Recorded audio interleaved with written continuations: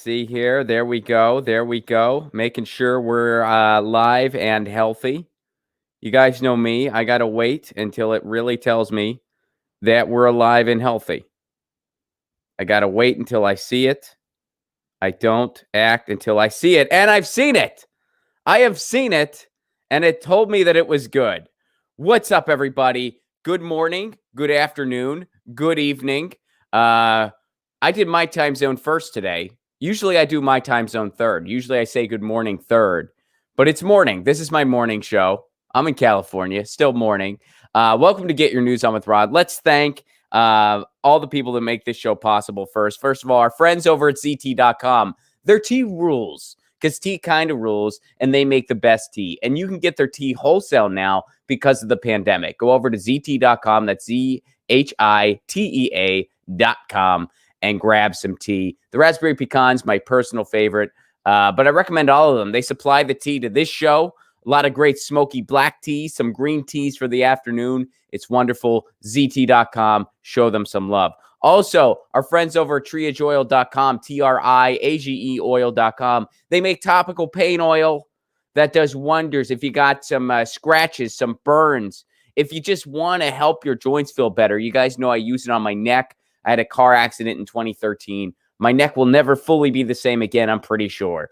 But this oil has done more for it than anything else ever has. I can do this now. I can do this now and feel zero pain. I've not been able to do that since 2013. I'm not even embellishing. Triageoil.com, TRIAGE oil.com.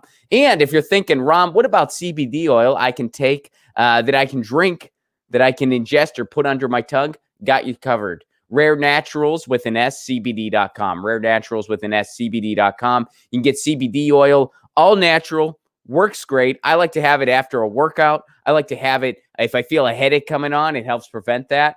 Go to RareNaturalsCBD.com. Best part, use the promo code Lucy at checkout for 30% off your order. You use that promo code Lucy, you get 30% off. That's RareNaturalsCBD.com. You want to stock up on CBD oil, great way to do it. All right. Without further ado, I am so excited to bring on my guest today. I have been a fan of this guy for a long time. You're probably already familiar with his work.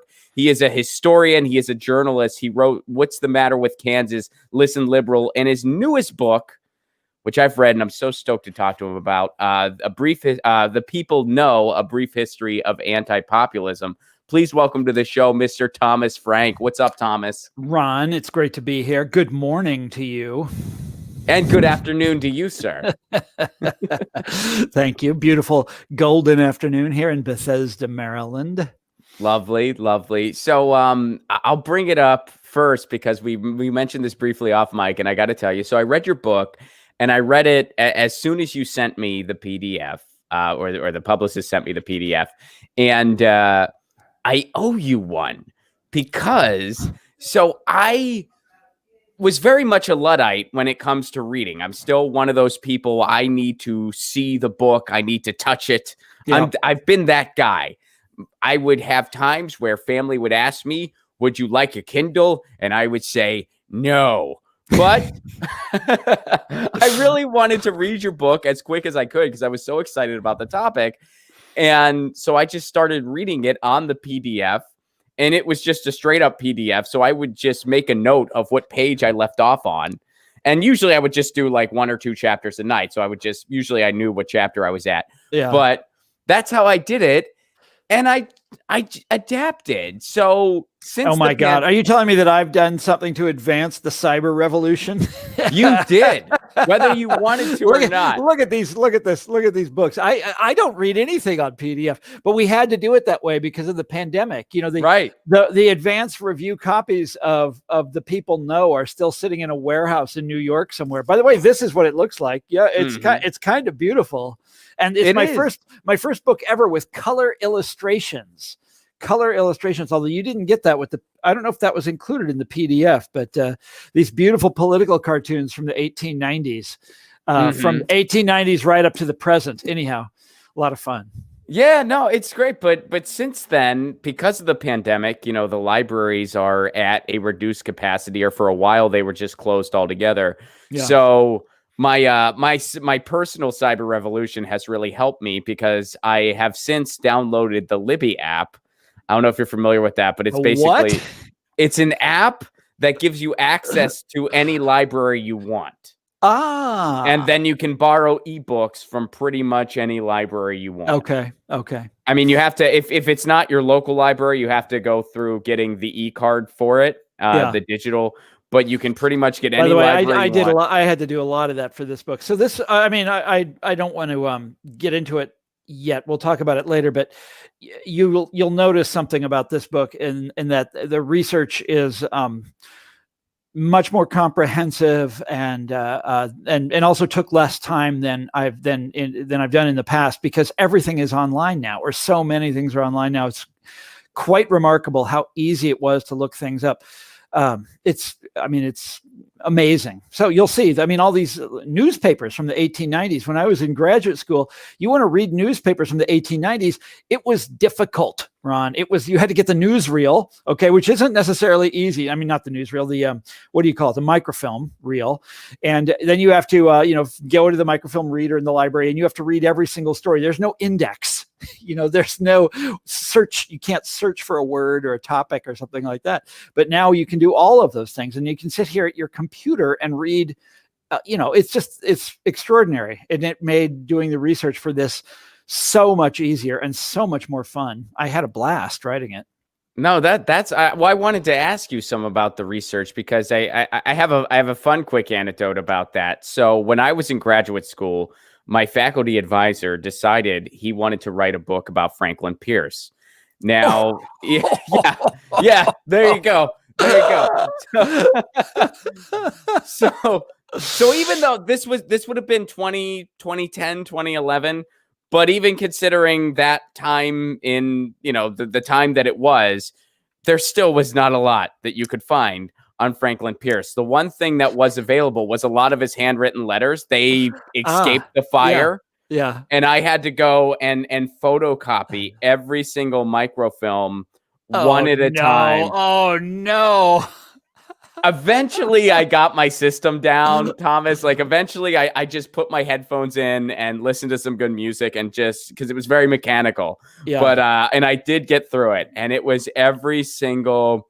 And some of these things were just random, not even cohesive sentences that he wrote. Some of them just weren't. No matter what I did, Franklin Pierce wrote. That Franklin Pierce wrote. Yeah. Because I'm sure he was sober the whole time. Yeah. And some of them were just, no matter what I did, they were not legible. And I just had to tell my advisor, I'm like, okay, dude, I got you hundreds of these things. Some of them, no matter what I did, no matter how much I focused, they weren't legible. They're probably smeared with whiskey or whatever his weapon of choice was. And they're worn, but anyway, fun times. So getting to the research of this book then, were you able to find, what did you do for some of the older newspaper clippings and some of the more historical things? Did you go to what were some of the online archives that you leaned on?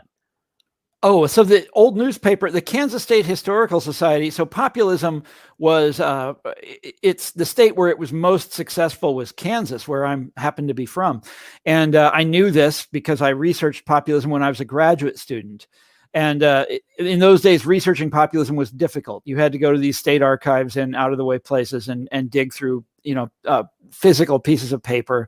And as I mentioned, look at microfilms, et cetera. But Kansas State Historical Society has put all of their historical newspaper collections online, where you can not only read them for free. Actually, I think you had to pay some nominal fee to read them, but you can do text searches in them, which turned out to be very, very useful.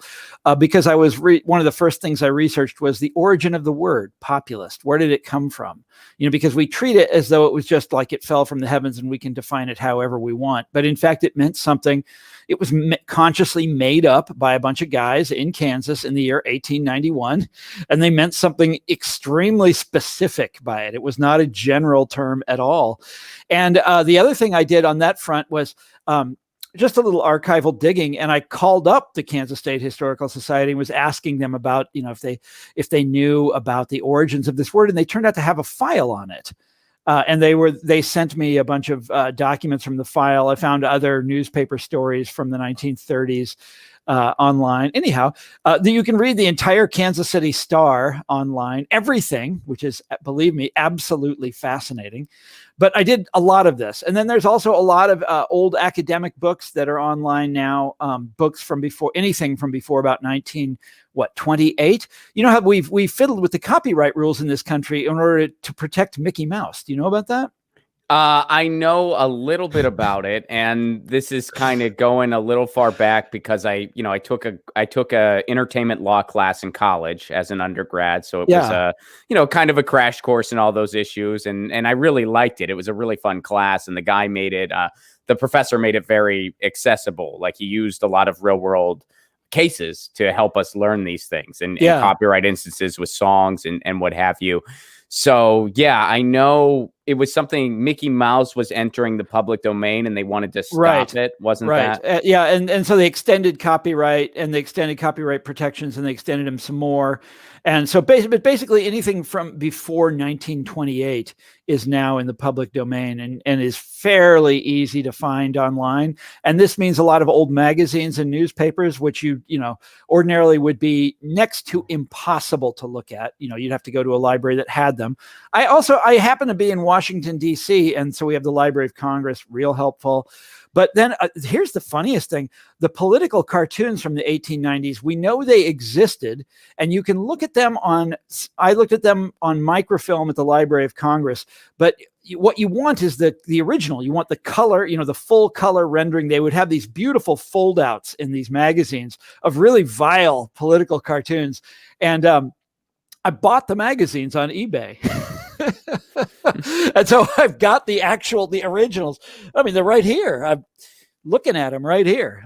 So here's Judge Magazine for September 19th, 1896. William Jennings Bryan on the cover. This is supposed to be a populist in the background waving waving the flag of anarchy. Do you see? Oh, yeah. But anyhow, and then in the middle, they would have these wonderful full color political cartoons. So here's Bryan and his legion of fools, leading the march, and there's the ghost of Lincoln telling them to stop. Anyhow, I've got I bought lots and lots and lots of these.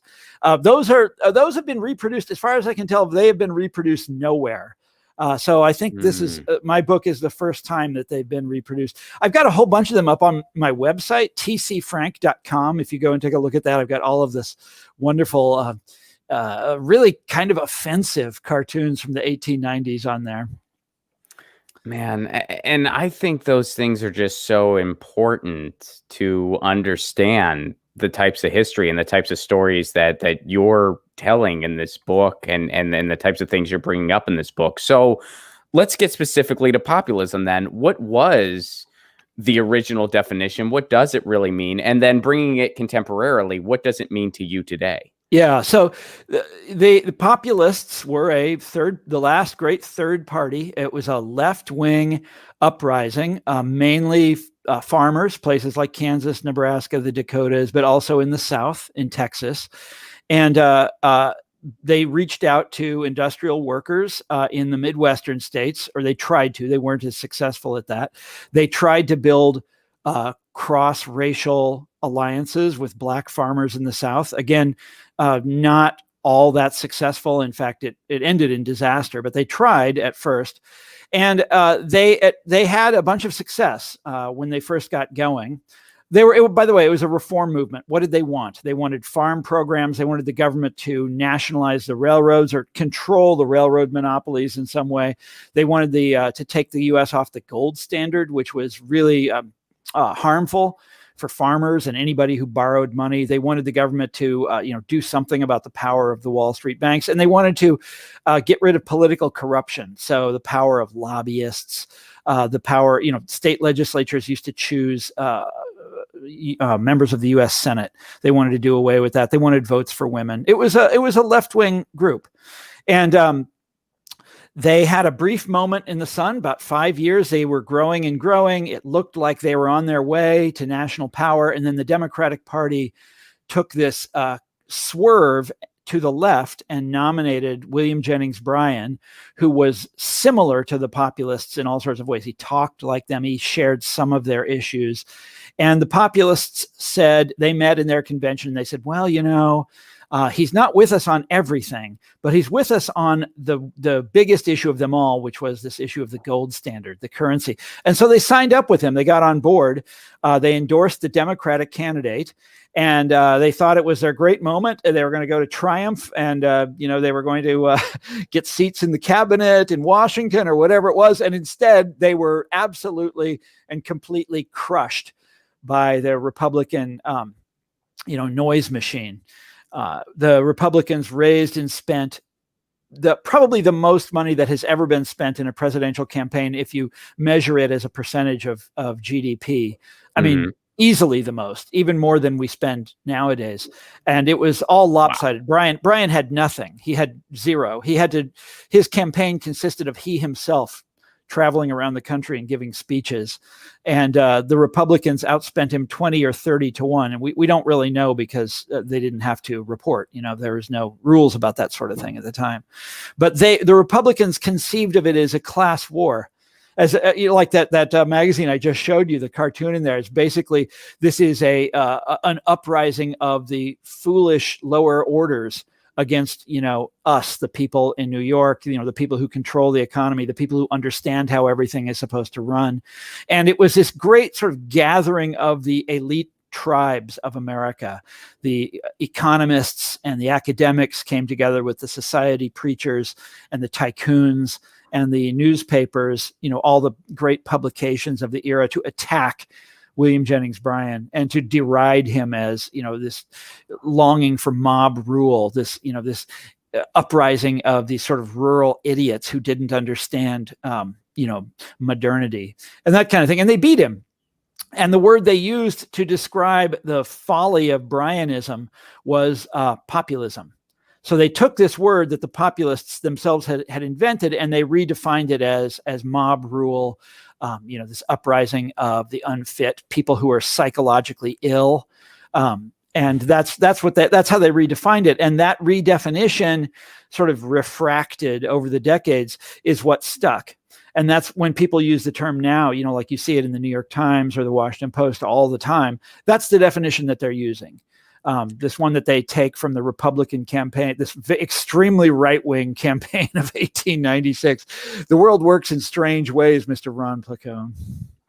So, getting it to today, because it's so interesting. Throughout your book, you bring up all these, for instances, in history, and the theme stays the same throughout, it seems, where at the end of the day, it's just working people coming together to try to have their needs met better by the society they're in, and the powerful crushing that. And it just keeps again and itself. Again and again.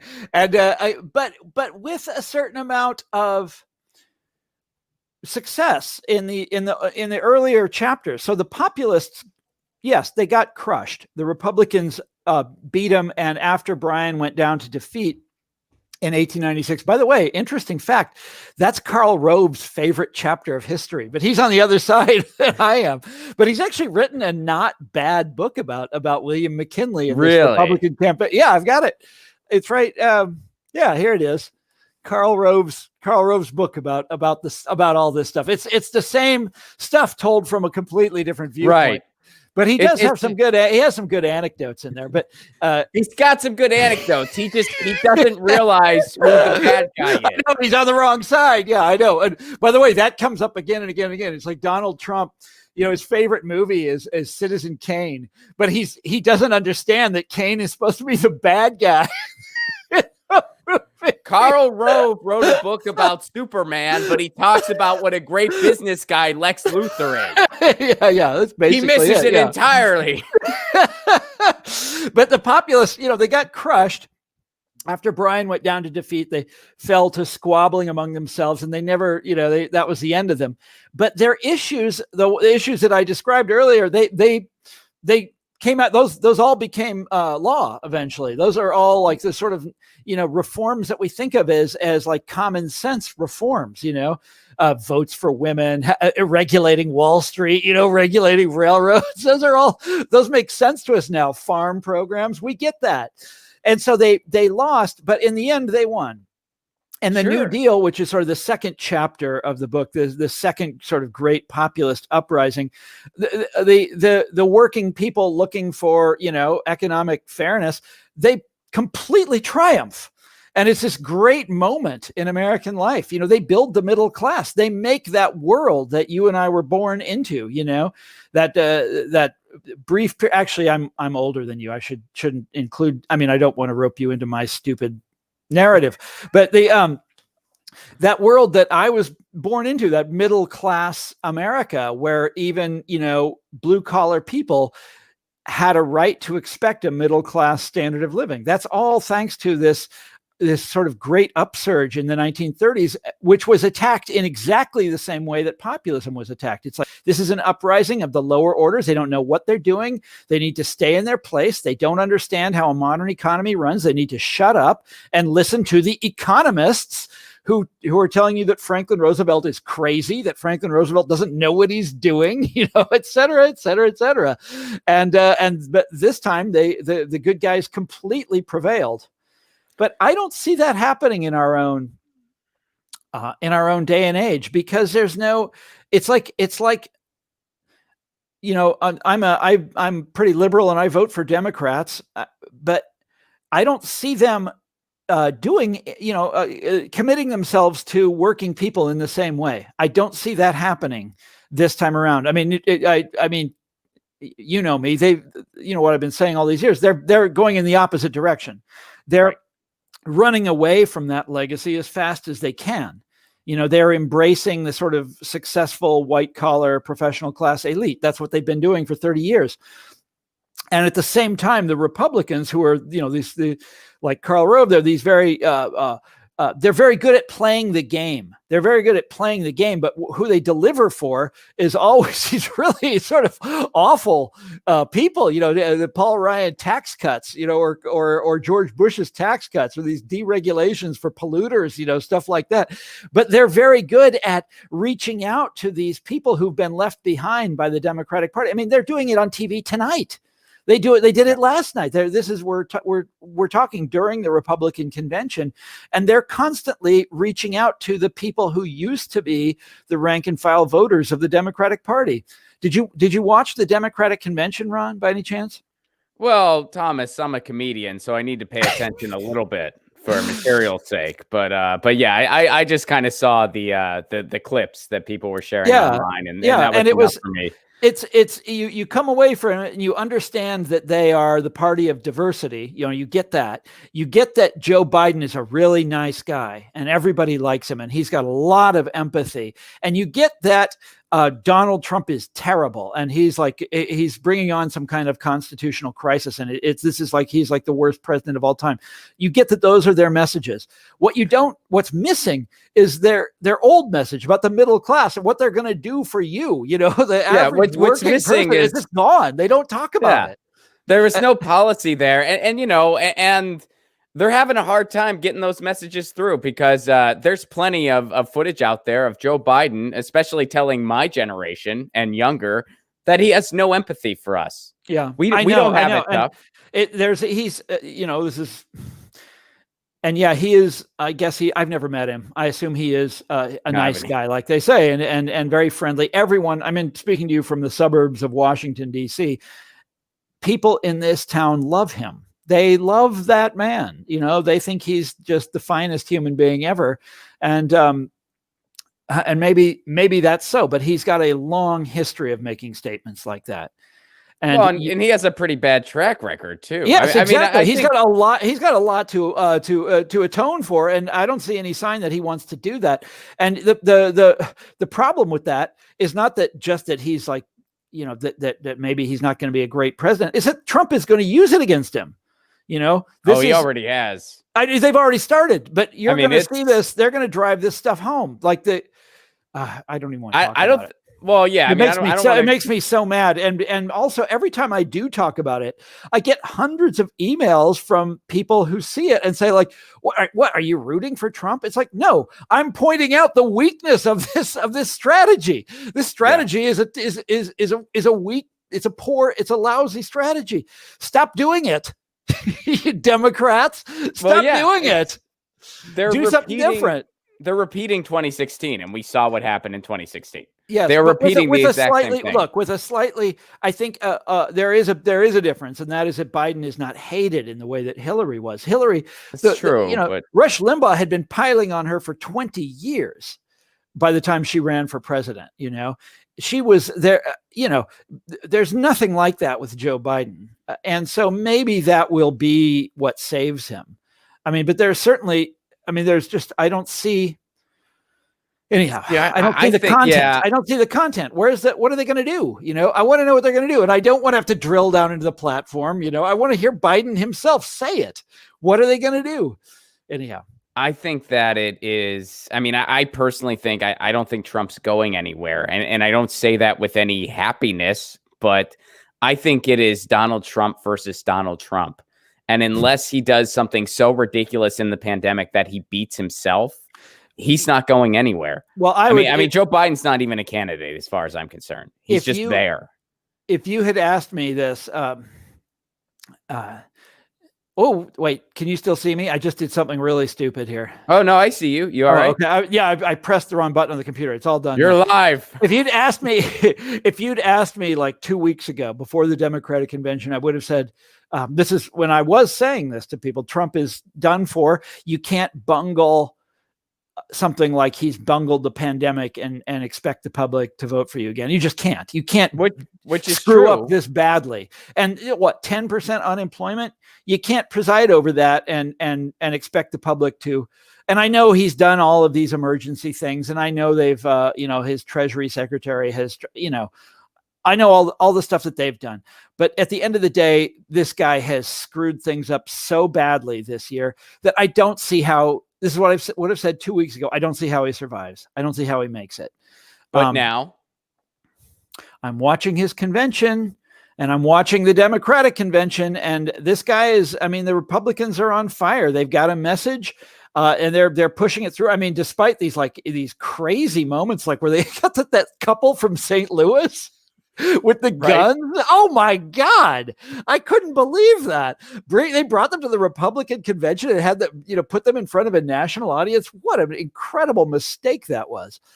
But there's other moments where they seem to be legitimately reaching out to middle-class voters. And especially, and this is the part where you see the kind of genius of these cynical masterminds who run the Republican Party reaching out to black voters. This is going to be Biden's Achilles heel, is what he did with the crime bill in 1994. And I don't know if your viewers know what I'm talking about here, but this was a big theme. Oh, they do. It was a big theme in my last book, in Listen Liberal, because I was reviewing the sort of Democratic legacy, and how the Democratic Party has changed. And one of the things that made me really upset when I was writing the book, and it still makes me upset, was the crime bill of 1994. I remember the day they passed it. It infuriated me at the time. And you go back and watch like the video of them signing it. Clinton and Gore is there, and Joe Biden, of course, a front row seat for Joe Biden because he was in some ways the author of it.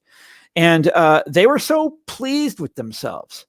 And they were playing this game with the Republicans where they were trying to outbid each other, how many people they could lock up. We'll do mandatory minimums. Oh, yeah, well, we'll do 3 strikes laws. I mean, it's monstrous. It was absolutely hideous. Throwing people in jail for decades for, getting high. It's just like, it was insane. And anyhow, one of the things that has been very refreshing and hopeful to me in the last couple of years is that this country's attitude about all that stuff has suddenly changed very, very quickly. I mean, just a few years ago, we're pouring money into police departments and locking people up for longer and longer stretches and, doing all of this crap. And now finally it's going in the other direction, and that's great. But here come the Democrats, and their candidate is the guy that did all this stuff in the first place. What are they thinking? Do you think it's time for a new party? Well, there's structural. So look, populism was a third party movement, and I like third party movements because they bring accountability to the system. And when the two parties get sort of locked into this era of consensus, like what I just described with the crime bills of the 80s and the 90s, you need some outside force that can sort of shock them away from that can, break them away from that. And they've been doing that on so many questions. They're in lockstep on all kinds of economic questions, the two parties. And yeah, this would be the time when you would want something like that. Unfortunately, the structural impediments to building a third party are so enormous that there's a reason nobody has done it since the 1890s. I mean, all these people have tried, and they've never got anywhere. So you have little one state efforts like the La Follette family in Wisconsin. They were able to do it. The Farmer Labor Party in Minnesota, they were able to do it.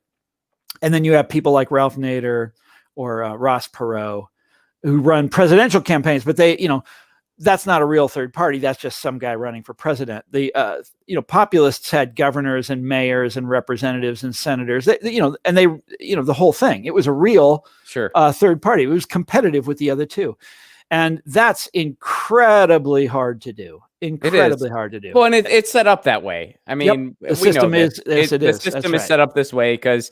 I mean, I think two parties would rather not have that competition. They like the duopoly. They love the duopoly. Well, Thomas, they need each other. The only way the Democrats are able to be as ineffective as they are is because of how gruesome the Republicans are. Yes, exactly. And they convince themselves every couple of years that the Republicans are so dreadful that they don't need to do anything or promise anything right. Because they're, and look, they're in that situation again. Trump is objectively really, really, really, really bad. He is really frightening, and he is really terrible, and he's a dreadful president. And they've convinced themselves that because of that, they don't need to do anything or promise anything. I don't know, maybe it'll work this time, but I'm sick of it. Look, we are on a trajectory in this country that is not going to change by itself. It has to be changed. It has to be changed by political means, building a mass movement or something like that. But the way the two parties are going now, let's say Biden does win, okay, which I think the odds are still that Biden will win this fall. Biden wins, gives us 4 years of return to Obama, as he's been promising. Everything goes back to status quo ante, and we sort of lope along. And then the next Trump comes along, and next time it won't be an idiot.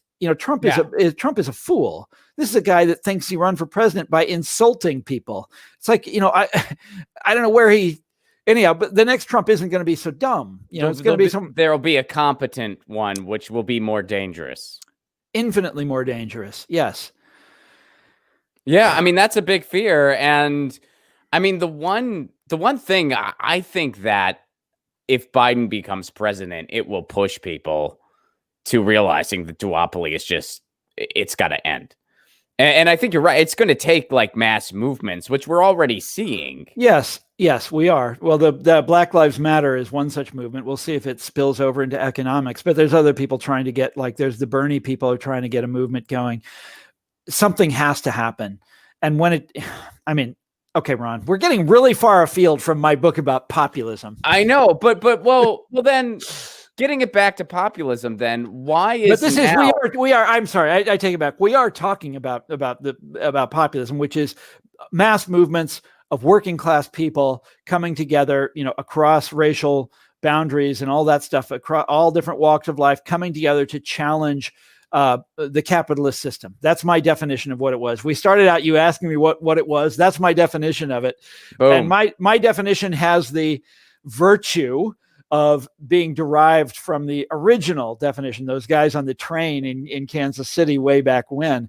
Whereas the definition that, the New York Times uses, or that all the European papers use, is that's just a made up definition that well, we can talk about where their definition came from. It came from these academics in the 1950s who were trying to come up with a word for why they distrust democracy, but they couldn't say because we don't like democracy, because that's off the table by the 1950s. You can't say that anymore.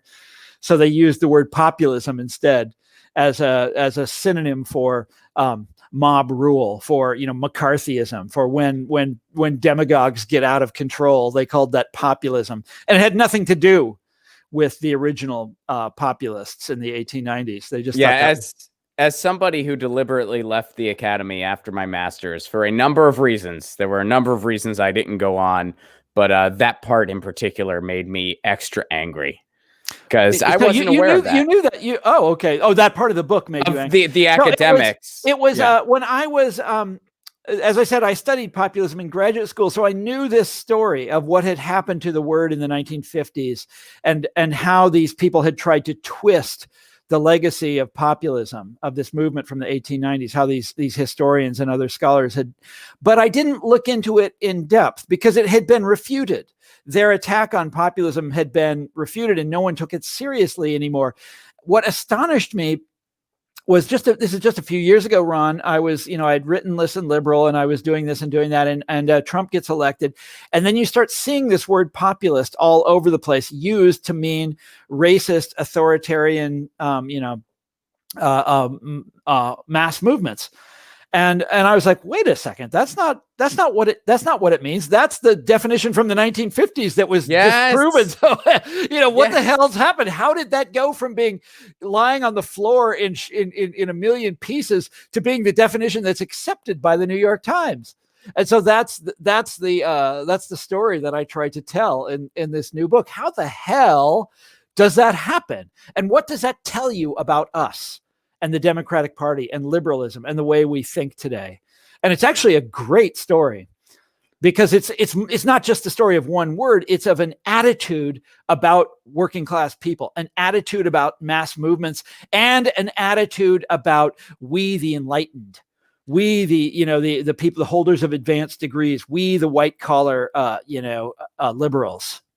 Well, and I think that's why now is such an appropriate time for this book to be in the ethers, because, I didn't know all the details that were in your book. I learned a lot by reading it, but I kind of was familiar with the themes, and, just from being around and being cognizant of some of this stuff. And whenever I would hear this right-wing populism, I would kind of just, that's an oxymoron. Like that makes zero sense. Yeah. I know. Is that an accurate thing to say? That's just a complete myth? You cast about looking for a way to describe this movement. And so I like your mug, by the way. Oh, thank you. Yeah. The Ramones. When my daughter was little in the early aughts, she loved the Ramones. There's something about that just appeals to the 2-year-old mind, and she would lie on the floor and listen to that first Ramones record and hold the, vinyl, of course. Right. And she would hold the record cover in her hands and stare at the Ramones and listen to it, Does she still like the Ramones? Or I think she's completely forgotten all that really stuff. Yeah. It was like kid music. She called them the Monies. The Monies. That was she was like, no, I don't want the monkeys. I want the Monies. Yeah. She'd love to listen to them. Anyhow, they're fantastic. So you cast around, you're looking for a word or a term or an expression to describe Trump and to describe Reagan and to describe George W. Bush, because they are doing something that's like populism. They are pretending to talk to working people. They're, pretending to care about their issues. I was at the 16 convention, and I saw Trump with my own eyes steal passages from Franklin Roosevelt, the forgotten man. And they talked about it again at the Republican convention last night. They do it all the time. They are deliberately swiping from the populist tradition, but they're not, they don't mean it. Right. It's a fraud. There's no mass movement of working people behind them. We all know they don't really know what they're talking about. Trump loves to attack the elites. He even attacks in very similar terms to the original populists. These Wall Street bankers. He did it all the time in 2016. He didn't mean it, Ron. And anybody that was paying close attention could see that he didn't mean it. But it's extremely powerful stuff. This is the what do you call it? The rhetorical vein that is associated with success in American politics. Everyone knows that. The Democrats, who are the true bearers of this tradition, if anybody was, have turned their backs on it. And so Trump uses that language. So the term I call them fake populists or something like that.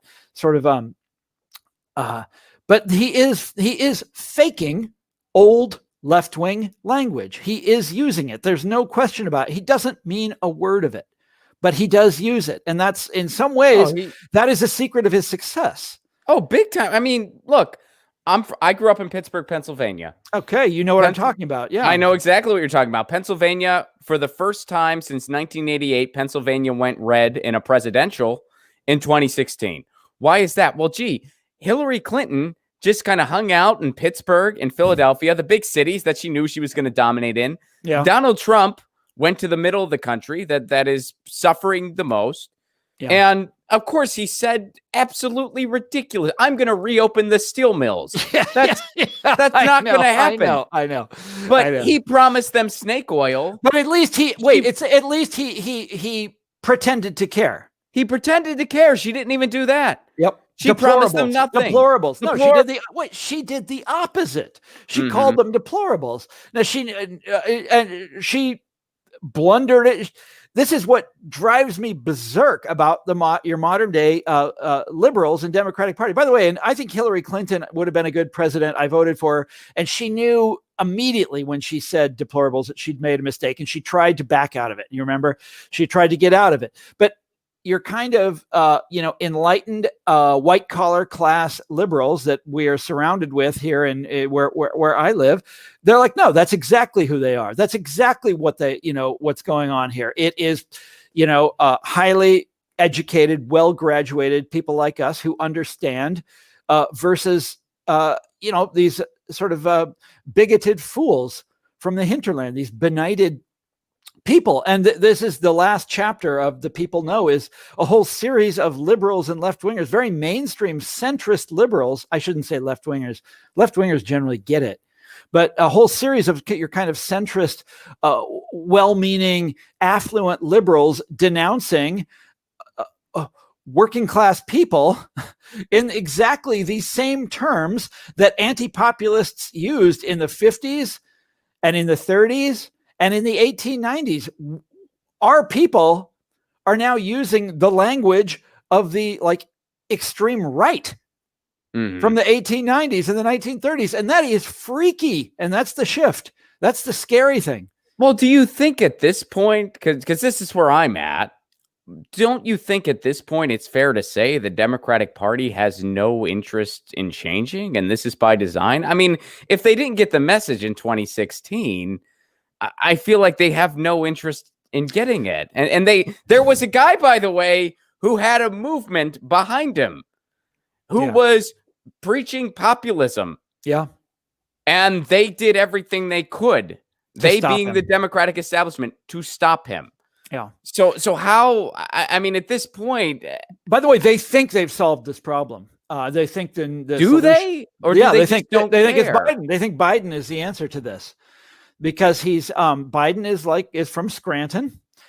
There's all of these, union leaders that love him. Biden is plain spoken. Biden gets along with people. So in some ways, Biden is there. This is a mean thing to say, and it's going to sound really mean, and I don't mean it that way, but Biden go ahead. Biden is their version of Trump. Because he is, he reaches out to these people in a nice way, in a soft way, in a friendly way, rather than a vicious, vulgar, disgusting, mean-spirited way like Trump does. But Biden does the same thing, but it's at the same time entirely superficial. I don't think that. Maybe not entirely. How is that mean? How is because I want to like Biden. That's all. You're a very gentle guy. I want to like Biden. I want to think he's going to be a good president. You know, all my sort of liberal friends here in DC will tell me things like, look, Biden was the good guy in the Obama administration. All the good, you know, all the people like you were in Biden's team and they were helping Biden out. And Biden is his heart's in the right place. And I know he's done terrible things in the course of his career, but that's because he made mistakes. He was poorly advised, but this time Biden's going to be great. And I wish that was so, Ron. Yeah, I mean, it's the case. So. Why do people have to I want it to be that way. I want it to be that way. That's the thing, you know. I understand. That's why I feel bad about comparing him to Trump. But what you just said is 100% accurate. It's not mean at all. It's 100% accurate. Go with the nice guy who's offering you nothing instead of this mean guy who does terrible things. But Trump says all these, Trump offers you all this crap, but he doesn't mean a word of it, He doesn't mean a word of it. But what he does mean is the culture wars. That'll go on and on and on. You'll get to fight these juicy culture wars. Everybody loves to take sides in the culture wars and go at it with each other on these stupid, stupid questions. Oh, God. On and on and on it will go, Mr. Ron Placone. And, well, how much of a role do you think electoral politics in general is going to play in fixing this thing? Because obviously it has to play some role, but it's not going to play the entire thing because it's just there has to be a movement. There has to be a mass movement. I really don't like to talk about the future anymore. In the old days, I used to love to. Because I would say things like, this is just going to go on and on and on, and I'm sick of it. Ron, I'm sick of it. I want it to end. I want my middle class society back, and we all do. I want the Democrats back, and I think you're going to get that. I even want the Republicans back. I want the Bob Dole. I grew up in a Republican state. They weren't bad people. It was Bob Dole. It was Nancy Kassebaum. They look good today. They look real good. They look better than the Democrats do. I think to get the Democrats back, you're going to get that, but they're going to be called something else. Yeah. I don't think they have no interest in change. Okay, so I'm going to try to be on the bright side. I mentioned how Black Lives Matter has really changed, completely inverted our thinking about criminal justice here in just a few years. And that's very healthy. And that's really awesome. And I'm also reminded that the labor movement, was very weak at the beginning of the 1930s, as weak as it is today. And somehow they caught fire in the 1930s. And by the end of that decade, were the most powerful force on the ground in American political life. And things like that happen. And you can't see where they're going to come from, and you can't see how they're going to happen. But they do happen. All I want to say is it can't just be we, the enlightened. It can't just be a lot of people that went to good colleges sitting around and agreeing with one another that we got to do something about climate change, even though, of course, we have to do something about climate change. That's not how you get it. It can't just be a bunch of people saying, this is terrible. Look at the inequality in our society on these graphs and stuff like that. It has to be the people who are on the receiving end of that, coming together and building a movement and doing something about that. And that is hard to do, but that's where the change has got to come from, Mr. Ron Placone. And do you think it's possible that all these movements could also include a new party? I hope so, but look, we just there we go. Yes, I got it. I just said that the structural impediments. I know. The structural impediments are so enormous. But Thomas, we gotta try. Okay, of course, but of course, start in one state. Look, I like the Working Families Party in New York State. I would like to see efforts like that all over the country. One of the things that the populists did that allowed them to win was it was called fusion. So they would say in a place like Kansas, they would get together with the local Democratic Party, who were very small. So the Republicans were the biggest, the Populists were almost as big, and the Democrats were this tiny little party. But the Pops would get together with the Democrats and say, look, we're going to cross-endorse each other's tickets, and they would win. And they did this again and again and again. And in the South, they would do this with the Republican Party, which was by and large where the black voters of the day, when in the states where they could still vote, that's who they were loyal to. And they would get together with the Republicans and they would win in that way. They did this in North Carolina, for example. They called this fusion. And as soon as populism was dead, the two main parties got together in every one of these states and made fusion illegal. And that killed the main, method that third parties used to use to get their way. Well, so it's extremely difficult, is all I'm saying. I know it is. Your main technique is off the table. You're not allowed to use it, but those laws are ridiculous. Right. I mean, it's extremely difficult. I don't think anyone's denying that. It's just the way I see it. What sounds even more difficult would be continuing the structure we have now. I mean, you could do it. People have done it, but you have to have a movement behind you. You have to have an enormous movement, and then you can go into politics. So with populism, first they had this enormous farmers movement, then they went into politics. And the New Deal, first you build the labor movement, then you go into politics. Same with the civil rights movement in the 1960s, although there it was tragically cut short. And we never really saw the full potential when Martin Luther King got assassinated. But that's how you do it. You got to build the movement first, then you go into politics, and then the two major parties come around. They come around. Yeah, well, I mean, and a lot of the stuff that you're saying, I mean, if we started to, something like ranked choice voting, and then, of course, breaking up the duopoly, I mean, that would make all these things easier. And it sure as hell would, yes. Yeah, yes. And in other democratic experiments where they have more than two parties, you do see that. You see alliances form between these different parties and these different factions. And so if we had that here, you would see like some of the progressives who have broken into the Democratic Party, for instances, they would start forming alliances with a new party, presumably. And then you would actually have a much better system where the Democrats, if they continue to exist, would actually be a centrist party and not the right-wing party they are now. Well, what would more likely happen is that they would immediately swerve to try to absorb, whatever new force is on the ground.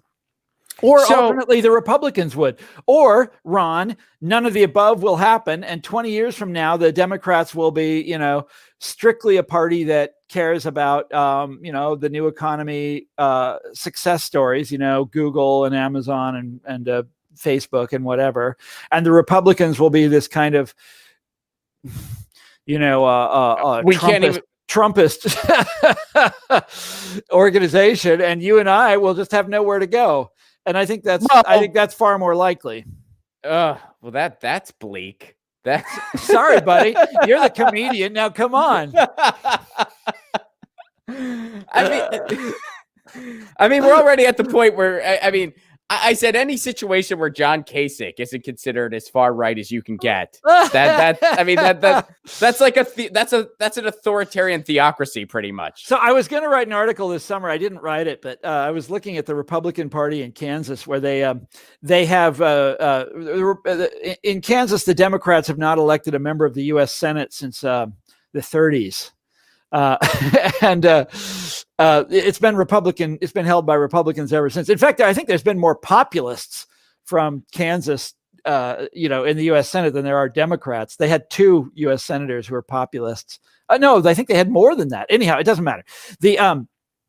But the Democrats thought they could pull it off this time around because they got a moderate Republican to defect to the Democratic Party, and they're running her for the U.S. Senate. And so my joke was going to be, I'm not much of a comedian, but this was going to be my punchline in the story, is that the Democratic Party in Kansas is basically a faction of the Republican Party, and it often feels like that's what we are that's what they are at the national level as well. I mean, you saw the Democratic convention. I mean, that's a very accurate statement. We're just a faction of the Republicans.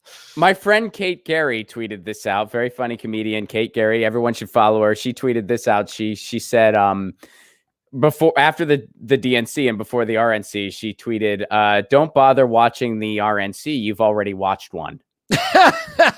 Very fun. She nailed it. And I'm giving her credit. So everyone follow her, Kate Gary, on Twitter. But well, let's get back to the movement then. Wait a minute.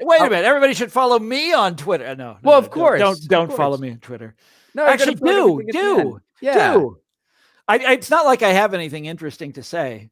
This is my problem, Ron, is that anything interesting I have to say, I write it in an article and try to get it published in a mainstream publication. These days, almost exclusively European ones.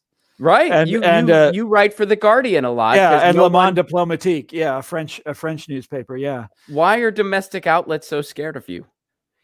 For one thing, there's so few of them anymore. Just two, and I don't know. I write for Harper's from time to time. I had a big cover story in Harper's back in April, I think it was. So it was an excerpt. It was an excerpt from The People Know. In case you want to read the excerpt, it's up on the Harper's website. It's just. It's hard to say, Ron. I think it's because my politics have been left behind, I think, in this country. It's not like I think I'm too advanced for people. I don't. I think I'm like a throwback. I'm a living fossil, Well, we see history repeat itself. And it's kind of useful to know about history, it turns out. Yeah, I mean, and we're seeing it repeat right now. You talk about in the book and during this interview, the history of populism in places like Kansas. The most DSA chapters. Do you know which state has the most DSA chapters starting up right now? No. Texas. Is that so? Well, that's a big state. So that is a big state. Right. Understandable. So that's part of it. But still, the populist message, it wins in the heartland. Oh, hell yes. Oklahoma used to have the most socialists per capita of any state. Oklahoma. And all of the folkies were from there too. Yeah, and that's right. I mean the early folk singers, for anyone who doesn't know what that refers to. I mean, the early folk singers. Kansas, here's the last chapter of The People Know is about this guy. A guy who published these little books. They're called the Little Blue Books. And he published them out of a small town in Kansas called Girard.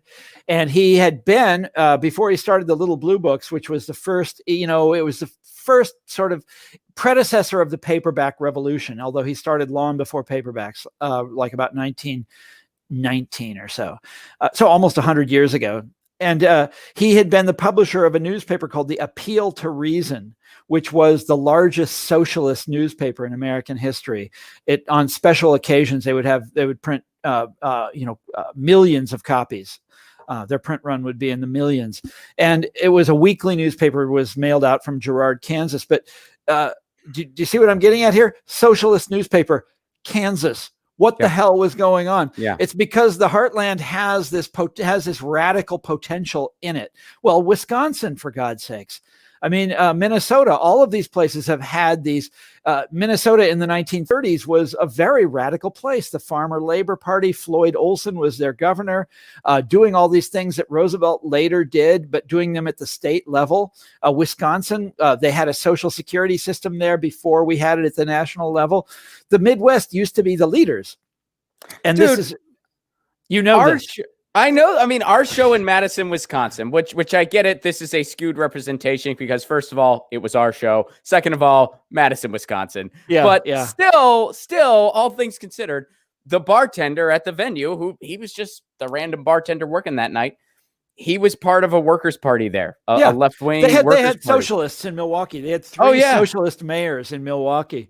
Anyhow, there is a tradition of that, and that tradition has been hijacked by the right with their culture war language and their sort of fake appeals to class anger. But that tradition is there, and it is there for whoever is smart enough to figure out how to get those people going again. I don't know if look, demographically they've changed. There's not as many farmers as there used to be. Farmers tend to be these enormous corporate concerns now rather than family farmers. But family farmers were like capable of incredible radicalism back in the day. There's things like the Farmers Union today, which is an almost direct descendant of the Populist Party. Farmers Union, it makes all kinds of radical stands on things. These are great guys. Anyhow, it's all still there. It can still happen, Ron. No, I'm with you. Don't give up on my people. No, I'm not, man. I'm with you 110%. I think that, especially you mentioned farmers a ton in the book, and I think that's one of the things that's going to be the next big thing in the kind of ethers where we talk about our food culture. Mm-hmm. And how we got to go back to supporting our local farmers. I mean, the one effort I have made militantly really is I go to my farmer's market every week. Hey, this is apropos of, I talked about that a lot in What's the Matter with Kansas, and I know we're almost out of time, but not every country has given up on the family farm and on small farms. In France, that is still the norm. The government goes way out of its way to support that because they think food is important. They think their way of life, their traditional way of life in that country is important to who they are. It's like, and the same is true in England and in so many other European countries. But in this country, it's gone. All of those not completely. It's not gone. It's not gone. I don't want to push it too far, but it's we've done terrible damage to it in this country because we decided in the 70s that we wanted our food to be cheap, plentiful, and basically produced on the factory farms. Right. And that's what we got. It was an act of policy, like all of these things have been. So, well, how have some of your, more liberal DC colleagues, how have they been responding to your most recent book then? Well, I don't get to see them anymore because we're in this pandemic. But, look, they like it. Come on. These are, my friends are pretty far to the left, Ron. I gotcha. So I've got a lot of friends in the anti-monopoly movement who are trying to stir up an anti-monopoly movement, and they are overjoyed with this, obviously because populism is one of the great anti-monopoly movements in our country's history. And so they're obviously very pleased to recover the word and to talk about what happened and how this movement, got destroyed. Yes, it's hugely important. The other thing is you got to remember there's a lot of people who fought back against the Democratic Party being taken over by these, by the white collar, sort of the learning class Democrats. There were a lot of people who've pushed back the other way. Now they didn't win, but they're still alive. They're still in the fight. So these things are never really done. They go on and on and on, and there's always a chance that things can go back the other way. So I don't want to be too bleak and too negative about this. I don't either. I'm with you. I just, do they see like have a lot of other people echoed this sentiment that, I kind of brought up in this interview that you've talked about. So this is the historic moment to really take this back, take populism back, and really represent what I hope it is. I hope it is. I think it might be. God, here I go again. I'm so negative. What is wrong with me? I was about to say the right moment was 2008. All the stars were in alignment. We had the perfect leader, or so we thought. The system had proven how faithless and awful it was, and how it would, contrive to ruin ordinary people's lives while it enriched these guys on Wall Street, who then, destroyed the world economy. And here comes the most eloquent leader that we've seen in a generation, Barack Obama, and he doesn't do it. I wish somebody would have written a book about that. I did. What are you saying here, Ronald? What are you saying? I was setting you up on the tee, man. Come on. Come on. Of course you did. Yeah. Listen, Liberal. That's what Listen, Liberal is about for anyone who hasn't read it. That was the moment. I'll never forget where I was and what I was doing when I heard the words grand bargain. This was Obama's pet term. And I suddenly got it. Everything fell into place, and I was like, oh my God, we're going to do this again. We're going to fall for this again. And I suddenly got it in that sort of awful moment of enlightenment. And then everything followed from there. And I did the research and I started asking myself, what the hell went wrong? Why didn't he do what Roosevelt did? Why didn't he, anyhow? And that was Listen Liberal. But this one goes further. This one goes deeper into the history and deeper into the sort of betrayal of the Democrats. So I want to ask you one final thing, and it's a fun one. One of the things that you talk about in the book a lot is art and music and how that played into these movements. And, one of the great prophets, Emma Goldman, said, any revolution without dancing is no revolution at all. And you ran a zine at one point in your life, which one of these days we got to do just a zine chat where we just talk zines. Happy to. We're going to do it. I have one of the world's all-time great collections of zines. Really? Oh. Yeah, somewhere in the attic. I mean, all of that stuff from the 80s and 90s is all bundled up and taped into boxes and stuff like that. I'll get it out when I will never get it out. My daughter can get it out when she's, 50 years old and like, look at these old concert posters, Urge Overkill, Nirvana. Who are these people? What was he doing? What was he up to? Anyhow, Mission of Burma. What could that mean? What could that mean? But that was who I was. I wanted to be a cultural historian. My first book was about that sort of thing. I'm writing down Thomas Frank as a punk rocker right now. Just so that was a long time ago. Not surprising at all. That's awesome to note. I actually just finished one of the books I read recently. I read Cured by Lowell Terhorst, the original drummer for The Cure. Uh-huh. And it's just, that's one of my favorite bands. The Cure is one of my favorite bands. And it really made me wish I could just have a time machine and go back to some of those tours. Because for a lot of them, I was alive, but I was, 3. I probably wouldn't have appreciated it. Oh yeah. So that was my life for a long time. That was so important to me. And that's the Baffler magazine was, that was the idea there, was to bring together that kind of musical culture with politics and with social criticism and somehow mash it all together. And we were kind of successful at that back in the day, back in the 1990s. Anyhow, where was I going with this? But that's how I started. I was a cultural I wanted to be a cultural historian, and I got into politics kind of sideways, because one of the first things you realize is that, the culture in America, you can't understand the culture of this country until you understand business, until you understand the culture industry.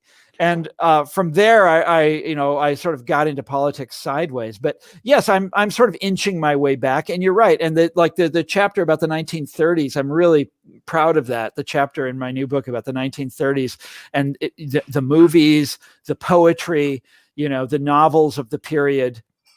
It's all part of what. Yeah, go ahead. So my question: do you see some of that happening today? And then in addition, and I'm basing this question off of some of the things I'm witnessing firsthand right now because of the pandemic and what may or may not be the state of Hollywood when all of this is over. Do you see a resurgence of that? And do you see some of that happening today where like art and music and literature is really going to come together with all this and kind of be motors for the movement, so to speak? It's possible, but it's unlikely, because there's this tension in the kind of culture that I describe between embracing the mass of humanity and distancing yourself from them because they're tasteless and stupid and conformist. And since the 1960s, we've really been on the latter, doing the latter sort of thing. Where the whole idea of subcultures is that you're smarter than everybody else, which I've never, which I can't stand, but that's a huge part of it. And so it would be odd to get a return to the kind of populist. They actually had a term at the time that they didn't use the word populist in the 30s in the way that I've been using it.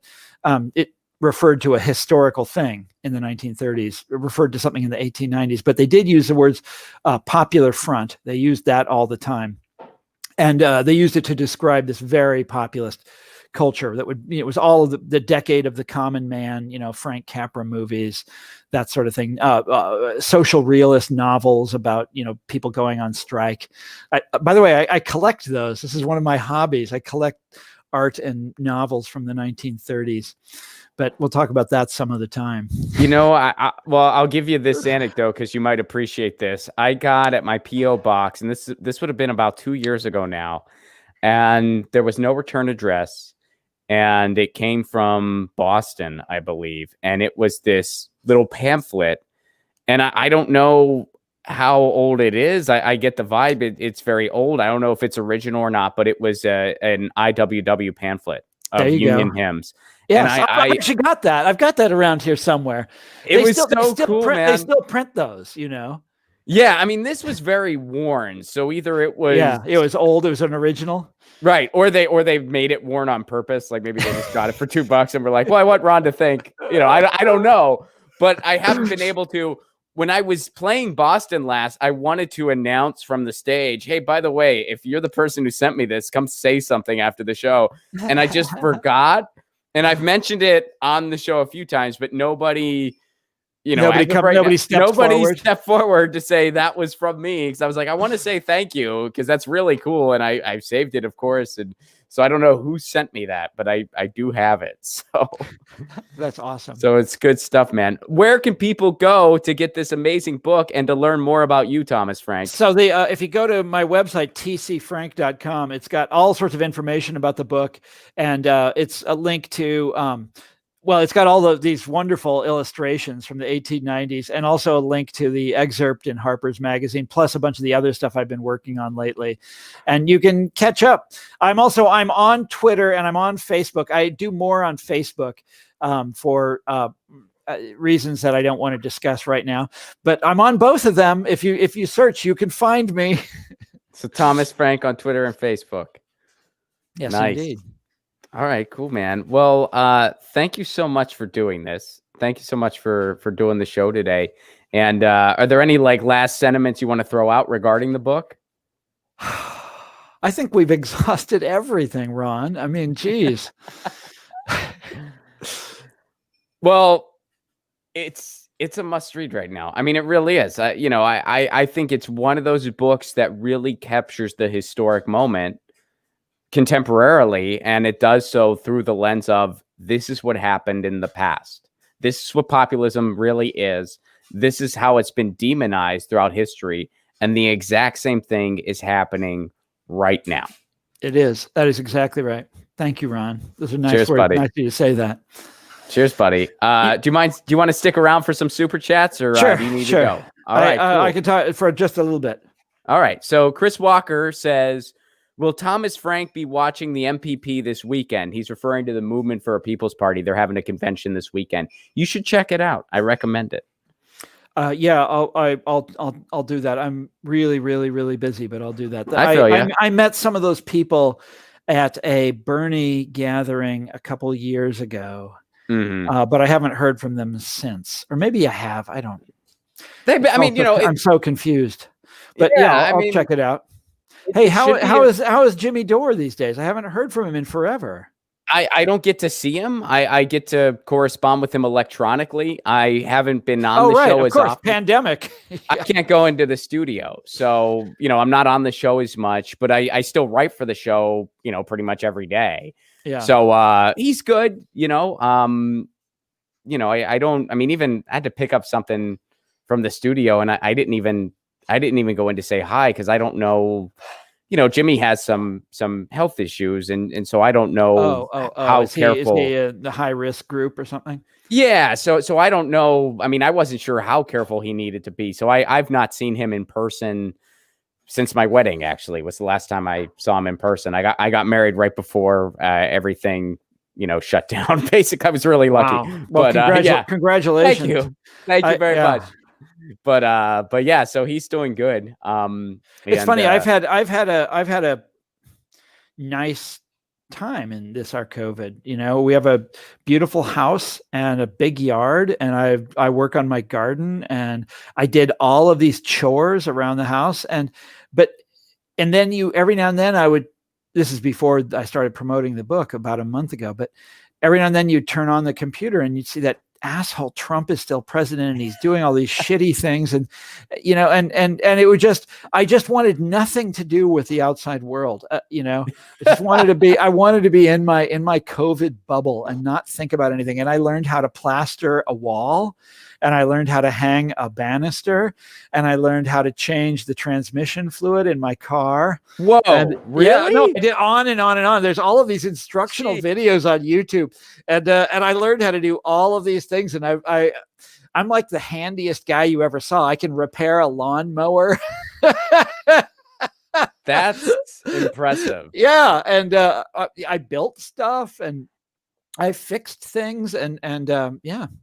And then I went out to my dad's house in Kansas City, and he lives in this beautiful neighborhood in Kansas City, and there are no cars on the street because of the COVID, right? So there's no traffic, and it's the most beautiful place in America, this little suburb of Kansas City that he lives in. It's this, you'd wake up in the morning, there'd be this golden light over the lawns, and everyone's flowers blooming, and I'd get on my bike and I would ride around the whole area, and it was glorious, absolutely glorious.